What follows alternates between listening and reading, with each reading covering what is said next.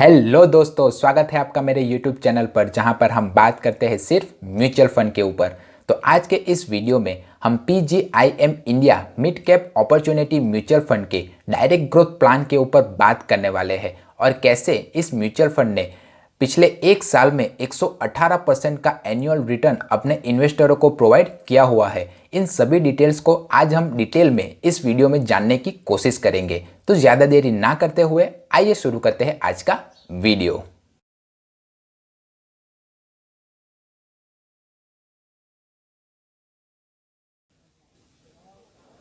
ये जो mutual fund है वो इन्वेस्टरों के पैसे को मिड कैप कंपनियों में इन्वेस्ट करता हुआ है। अब according to the SEBI guidelines, जो कंपनियां 101 से लेकर 250 रैंक के बीच में आती है उसे मिड कैप कंपनी कहा जाता है और इन मिड कैप कंपनियों का मार्केट कैपिटलाइजेशन 500 करोड़ से ज़्यादा है। अब अगर आप इस म्यूचुअल फंड में अगर निवेश करना चाहते हो तो लॉन्ग टर्म के लिए ही इन्वेस्ट करें। लॉन्ग टर्म से मेरा मतलब है 5 साल या उससे ज़्यादा। अगर आप 5 साल से कम के लिए इस म्यूचुअल फंड में अपने पैसे को निवेश करना चाहते हो तो मेरी तो यही सलाह है कि आप इस म्यूचुअल फंड में निवेश ना करें। अब हम इस म्यूचुअल फंड की अगर रेटिंग्स की बात करें तो क्रिसिल ने इस म्यूचुअल फंड को 5 स्टार रेटिंग प्रोवाइड की हुई है। इससे आप जान ही सकते हो कि ये एक अच्छा खासा म्यूचुअल फंड है। अब हम इस म्यूचुअल फंड के अगर पास्ट रिटर्न्स के बारे में जानें तो इस म्यूचुअल फंड ने पिछले एक साल में 118% का रिटर्न, 3 साल में 22.7% का रिटर्न, 5 साल में 20.7% का रिटर्न और ऑल ओवर जब से ये म्यूचुअल फंड स्टार्ट हुआ है तब से लेके अब तक इस म्यूचुअल फंड ने 18.4% का रिटर्न्स अपने इन्वेस्टरों को दिया हुआ है। अगर हम इस म्यूचुअल फंड की अगर NAV की बात करें तो इस म्यूचुअल फंड की NAV 26 में 2021 को 37.69 है, यानी कि एक म्यूचुअल फंड की एक यूनिट की वैल्यू 37.69 रुपीज़ है। अब हम इस म्यूचुअल फंड की अगर AUM की बात करें तो इस म्यूचुअल फंड की asset under management 1325 crore rupees है। अब हम इस म्यूचुअल फंड के कुछ बेसिक डिटेल्स के बारे में जान लेते हैं। तो ये जो म्यूचुअल फंड है वो benchmark Nifty free float mid cap 100 try को फॉलो करता है। ये एक ओपन एंडेड म्यूचुअल फंड है, यानी कि इन्वेस्टर जब चाहे तब अपने पैसे को निवेश कर सकता है और जब चाहे तब अपने पैसे को निकाल भी सकता है। नो लॉकिंग पीरियड इस म्यूचुअल फंड में अवेलेबल है। अब हम इस म्यूचुअल फंड के अगर एग्जिट लोड की बात करें तो वो है 0.5%। अगर आप 90 डेज के भीतर अपने निवेश किए हुए पैसे का अगर 10% पैसा अगर निकाल लेते हो तो आपको 0.5% का एग्जिट लोड चार्ज देना पड़ेगा। अब हम इस म्यूचुअल फंड की अगर एक्सपांस रेशियो के बारे में जानें तो ये म्यूचुअल फंड का एक्सपांस रेशियो 0.45% है। अब एक्सपांस रेशियो से मेरा मतलब है जो AMC यानी कि एसेट मैनेजमेंट कंपनियां होती है वो हमारे पैसे को मैनेज करने के लिए हम ही से फीस चार्ज करती है, तो उस फीस को हम एक्सपांस रेशियो के रूप में जानते हैं। तो जितना कम एक्सपांस रेशियो होगा उतना ही ज़्यादा इन्वेस्टरों को प्रॉफिट होगा। तो आप जब भी कोई म्यूचुअल फंड को अगर चुने तो एक्सपांस रेशियो के क्राइटेरिया को भी ध्यान में ज़रूर रखें। अगर आप इस म्यूचुअल फंड में अपने इन्वेस्टमेंट को स्टार्ट करना चाहते हो तो मिनिमम SIP 1000 से स्टार्ट कर सकते हो और लमसम अमाउंट 5000 से आप स्टार्ट कर सकते हो। अब मैं आपको एक एग्जांपल के थ्रू समझाने की कोशिश करता हूं। मान लीजिए कि आपने 1000 रुपीज़ की SIP स्टार्ट की हुई है और अगले 5 सालों तक आप लगातार इस म्यूचुअल फंड में अपने पैसे को निवेश करते हैं तो आपकी जो टोटल इन्वेस्टमेंट वैल्यू हुई है वो है 60,000 रुपीज़।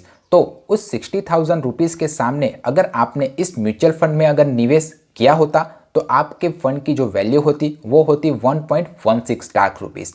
अगर आपने इसी तरह के दूसरे म्यूचुअल फंड में अगर उस 60,000 रुपीज़ को इन्वेस्ट किया होता तो आपके पैसे की वैल्यू 95,105 रुपीज़ होती। अगर आपने उस 60,000 रुपीज़ की अगर बैंक FD की होती तो आपके उस पैसे की वैल्यू 71,598 रुपीज़ होती।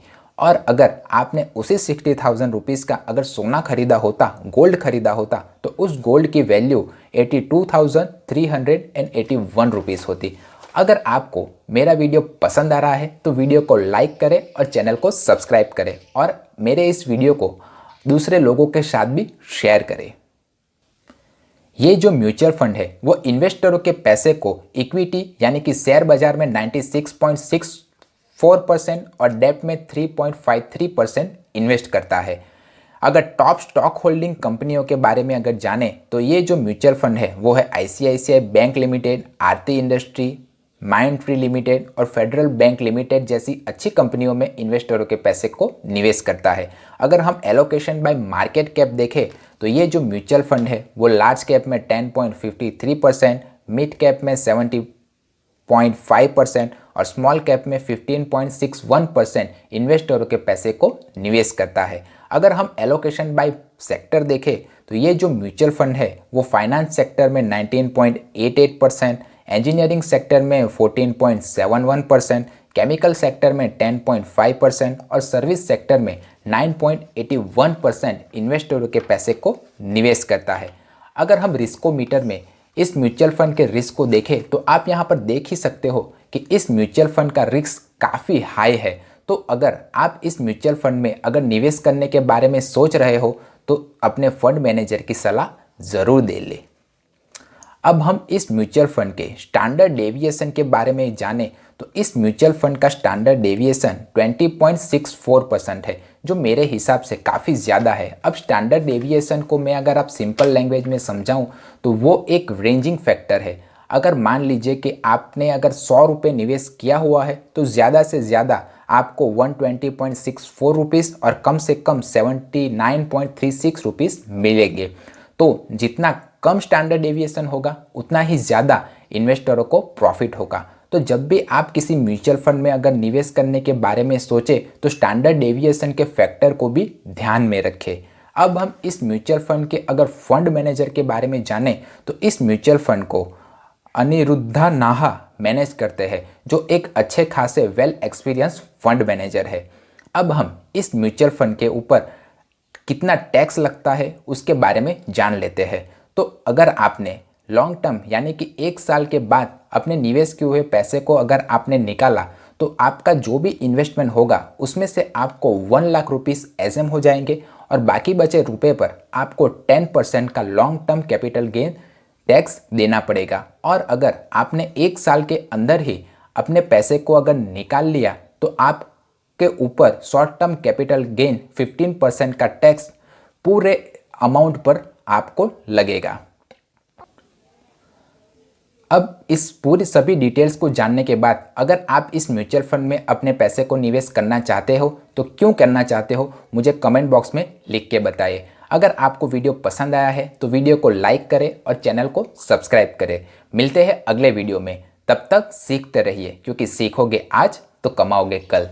जय हिंद।